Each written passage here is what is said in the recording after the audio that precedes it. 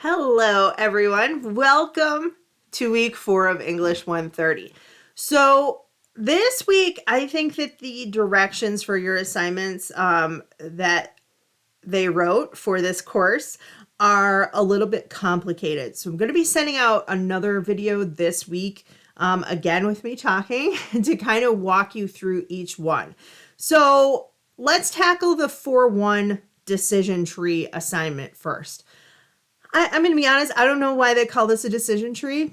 I think the name is kind of confusing, and sometimes people can find the directions a little bit confusing as well. Essentially, you're creating a thesis statement for your analysis next week. So what is the rubric asking for? There are 3 parts, and basically you do each thing in chunks, and then you put it together, and then you put the whole thing together. So you put into the template, make sure that you use the template. In the template, you put a sentence about the topic. What's the author's core idea? This should be written, as I said, in a sentence. So don't just say like stress or technology or whatever. You have to have a full sentence about it. Then you have a sentence or 2 stating your claim about the author's core idea. So your claim, they use some weird terms here about saying what's true. I don't know. Your claim basically is an argument about whether or not the core idea in the text is effective. Did the author have an effective piece of writing? Were they interesting, persuasive, informative? Did they do a good job communicating information about the topic, or could they have done it better? And then I suppose, were their ideas true? So meaning, were they factual? Did they have solid research and information that they were sharing? Part 2 is the reasons that support your claim. So these are your why statements, basically explaining why your claim is correct. And again, they say true here, but correct, and why people should believe you. The wording is a little bit unclear, but basically you just need some reasons to support the claim that you just made. Why you agree or disagree with the author because A, B, C, or why you think the article was effective, was persuasive, was informative, because 1, 2, and 3. Then you write a sentence combining all of those reasons into one sentence. Part 3, take a portion of your claim and a portion of the reasons and put them together to form a thesis statement. Now, they're telling you that you need only 1 sentence here. It's perfectly fine for you to have 2 sentences. And if you see the student example, I even think there that 2 sentences would have maybe made things a little bit more clear. A thesis statement can be 2 sentences. Sometimes people put the claim in 1 sentence and the reasons in a second sentence. If you can get it down to 1 sentence and have it be clear and understandable, great. If you find that you need 2 sentences, that's okay. If you're doing 3 sentences, you need to cut some things out. So here's another example. There's one in the student exemplar, but just to give you another example. So I have an article that's about following a vegan diet. My topic, the author claims the reasons for eating a vegan diet.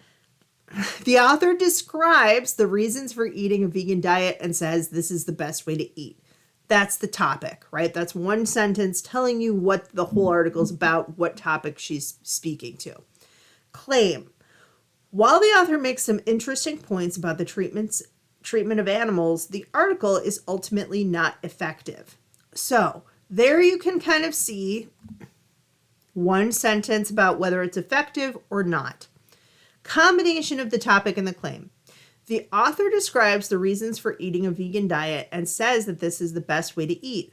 Although she makes some interesting points about the treatment of animals, her argument is not effective. So now I have 1 sentence showing the topic and the claim. Or here, I guess, 2 sentences, but we'll reduce it down later. So that's basically what they're asking you to do for part 1. Have your topic, have your claim, and then combine them into 1 statement. Now we have our reasons, or our why statements. The author fails to mention the dietary needs people have, including protein and vitamins like B12. She fails to discuss the ways in which people could switch from a standard diet to a vegan diet, so it would be difficult to follow her guidelines, and her writing style is difficult to follow and understand. So those are my 3 why. Why is the article not effective? She doesn't talk about dietary needs. She doesn't say how people can switch, and the writing style is difficult to understand. Those are my 3 whys. That's why my claim is true, why you should believe my claim. So here is my full thesis statement. In the article, Go Vegan Today, Spencer Julia makes some interesting points about the treatment of animals, but she has a complicated writing style and fails to discuss the ways in which people could switch from a standard diet to a vegan diet, and she fails to address dietary needs. As a result, the article, while somewhat interesting, does not contain an effective argument. So there you can notice I didn't use exactly the same wording because it wouldn't have flowed that way. So I had to switch some things around and move some things. And that's basically what they're looking for you to do. You write everything as separate sentences and then you put it all together as one. The rubric looks at the identification of the topic, the claim, the combination of the two. Then it looks at the reasons or why statements, the combination of those reasons, and then the full thesis statement. So again, the template is really important. Make sure you follow that template. Feel free to add words or delete words when doing the combination. Otherwise, your work might not clearly communicate your ideas. And here is a good week where the Writing Center is free. If you want to have this looked over by the Writing Center, that would be probably helpful for you.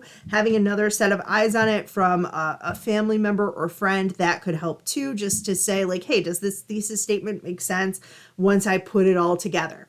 So in the announcement that I sent, I have a second example just to help walk you through this. And readings for this week, they talk about how to do a claim. They talk about how to do reasons for that claim or why statements. They talk a little bit more about what they mean that it's true or that it's correct. So make sure you look at your textbook this week. And tomorrow, I'll be sending out another video about the 4-2 assignment, which uses your thesis, and that's the preliminary introduction. So that's it. If you have any questions, just let me know. Thanks.